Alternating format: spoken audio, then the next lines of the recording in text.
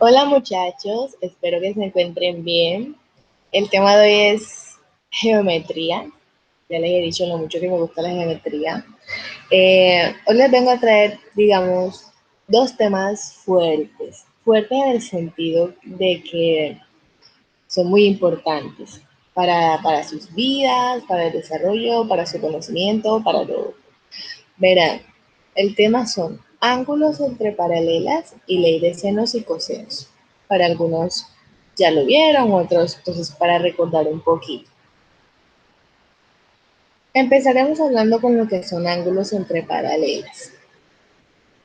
Si bien los ángulos entre rectas paralelas y una secante, rectas paralelas y una secante, tiene que haber la existencia de esta secante para que puedan formarse los ángulos que ustedes notan aquí.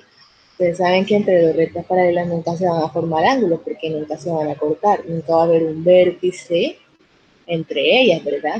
Entonces por eso existe esta recta transversal, esta recta secante, secante porque cortan dos puntos, así de sencillo.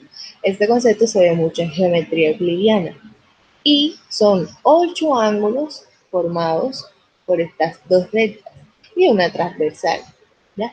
Estableciendo una relación a distancia entre esos ángulos que ustedes están viendo ahí.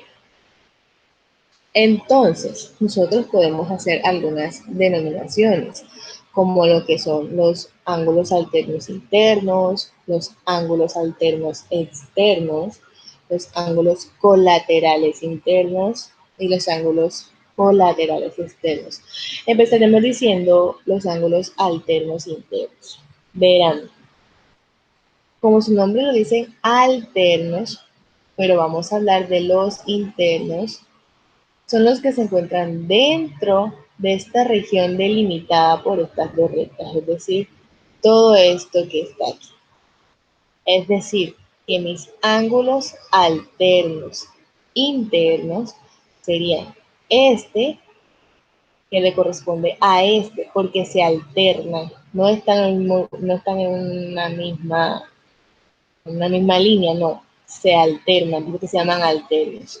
Alternos, y este también es alterno interno, recuerden porque estamos dentro de esta región, ángulos alternos internos. Estos son ángulos congruentes, tanto el ángulo D como el ángulo E son congruentes y el ángulo C con el ángulo F son congruentes, es decir, que tienen exactamente la misma medida.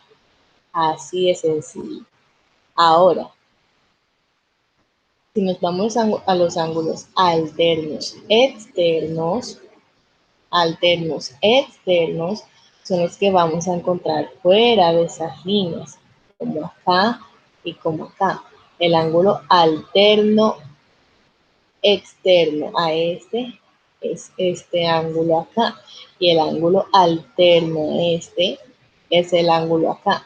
Tienen las mismas proporciones, son congruentes, es decir, que tienen exactamente la misma medida. Esta es una relación muy importante que nosotros podemos utilizar al momento de resolver problemas, ¿ya? Por ejemplo, si nos dan este ángulo de aquí y hay un punto aquí, ya sabemos que este ángulo de aquí. Ok, me voy a adelantar un poquito.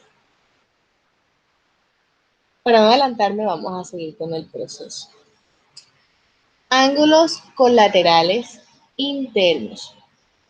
Internos. Vamos a echar una borrada.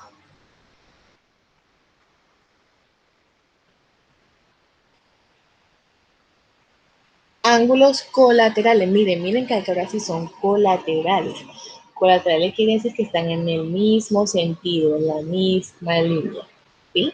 Entonces, este con este son ángulos colaterales internos, tanto como el ángulo D con el ángulo F. Colaterales. Las características de estos ángulos colaterales es que son suplementarios. ¿Qué quiere decir que sean ángulos suplementarios? Que la suma entre ellos dos da 180 grados. ¿Sí ven? Pues aquí se forma una línea y este es un ángulo llano. Si ustedes saben que el ángulo que se forma aquí es un ángulo llano, pues este que está aquí, digamos que es el complemento de este acá. O viceversa, el ángulo F viene siendo el complemento del ángulo de acá. Y así sucesivamente.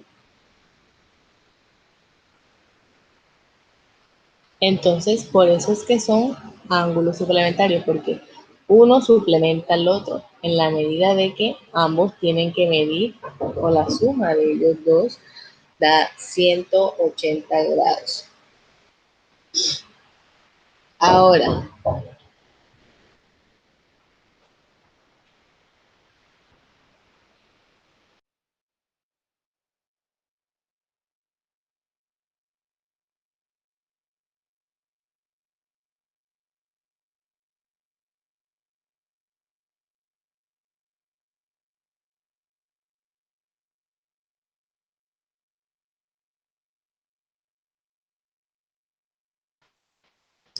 bueno, disculpen la interrupción.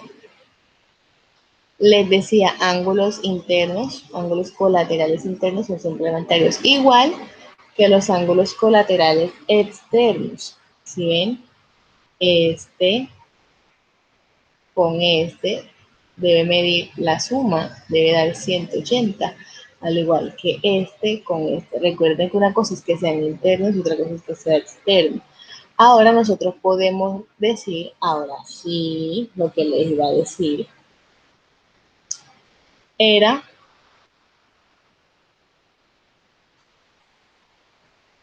esta relación. Esto que ustedes ven aquí es el vértice, ¿no? Entonces, este ángulo es opuesto por el vértice, pero yo puedo decir ahí, yo puedo decir ahí que los ángulos opuestos por el vértice son congruentes, ¿ya? Tienen las mismas medidas, tanto como estos que les acaba de mostrar, como estos aquí. Son ángulos congruentes porque son opuestos, uno de un lado, y miren que este está afuera y este está adentro, y miren que este está afuera y este está adentro, ¿ok? Entonces también es otra relación que nosotros podemos establecer ahí. Ahora, vayámonos a lo que es la ley de los cosenos. La ley de los cosenos es usada para encontrar las partes faltantes de un triángulo oblicuo, es decir, no rectángulo, cuando ya sea la media de dos lados y la media del ángulo incluido son conocidas.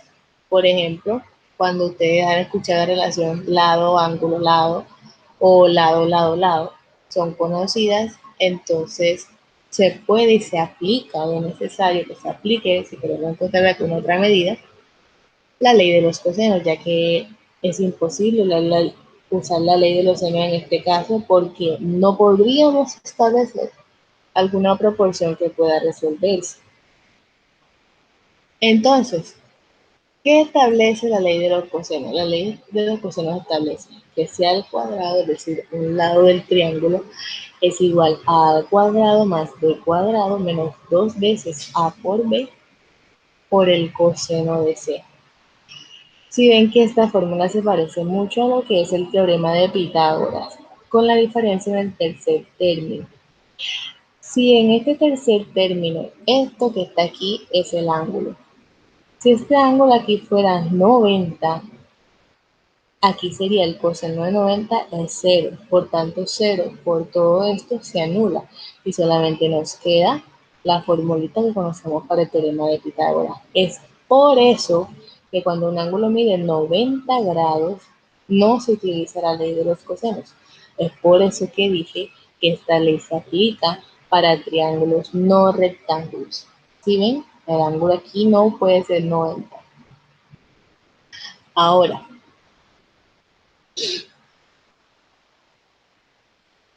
así que podríamos decir que el teorema de Pitágoras es un caso especial de la ley de los cosenos, por lo que acabé de explicar. Entonces la ley de los cosenos también puede establecerse como estas relaciones que ustedes ven aquí. B cuadrado igual a A cuadrado más C cuadrado. Fíjense que si colocamos un lado, son la suma de los otros faltantes. Si colocamos otro lado, es la suma de los otros faltantes. Y si colocamos otro lado, es la suma de los otros faltantes. ¿Con qué diferencia? Que si coloco primero, voy a dar un lado C, el producto es de los dos faltantes, ¿ya? Si voy a colocar lado B, el producto es de los dos faltantes. Miren que aquí sí cambia. Y si voy a colocar el lado A, el producto de los dos faltantes, o sea, B y C. Y también que si voy a hallar un lado C, debe estar dada mi relación con el ángulo C. Miren que B tiene relación con el ángulo B y el lado A tiene relación con el ángulo A. Es decir, todo está fríamente calculado, por decirlo de esa manera. Entonces, eso es muy importante. Al momento de ustedes, por ejemplo, si les piden hallar el lado B o el ángulo B, ustedes ya saben usar, que tienen que usar esta fórmula y que esté bien escrita. No es que aquí van a colocar B cuadrado igual a A cuadrado más C cuadrado, 2 por A por B. No, es con lo que esté aquí. Miren que es con lo que esté BC, BC, AC, AC, AB, AB. Yo les trajo un pequeño ejemplito que ustedes están viendo aquí. Dice, dado A mide 11, B mide 5 y C mide 20 grados. Miren que esta es la relación lado, ángulo, lado, lado, ángulo, lado. Encuentre el lado y ángulos faltantes. Fíjense que aquí como tengo el ángulo C, por eso utilizo la fórmula esta que está aquí. Y solo es cuestión de reemplazar. Pues aquí ustedes saben que para eliminar el cuadrado es raíz, ¿no? Todo reemplazo. Lado A es muy importante. No importa si yo coloco aquí A, B, C o coloco A, B, C.